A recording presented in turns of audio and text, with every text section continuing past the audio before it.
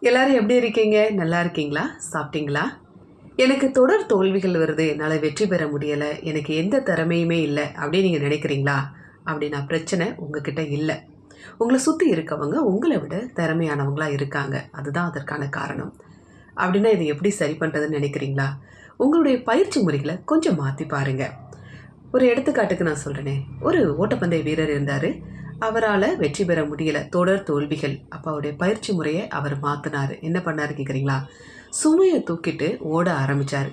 அவருடைய பயிற்சி இப்படியே செய்து கொண்டே இருக்கும்போது, சுமைய தூக்கிட்டு ஓட ஆரம்பிச்சாரு. அவர் இப்படியே செஞ்சுக்கிட்டே இருக்கும்போது, ஓட்டப்பந்தய நாள் வரும்போது, அந்த சுமை இல்லாம ஓடும்போது, அவர் ரொம்ப ஈஸியா ஜெயிச்சாரு. இதுவரைக்கும் யாருமே படைக்காத சாதனைய அவர் படைச்சாரு.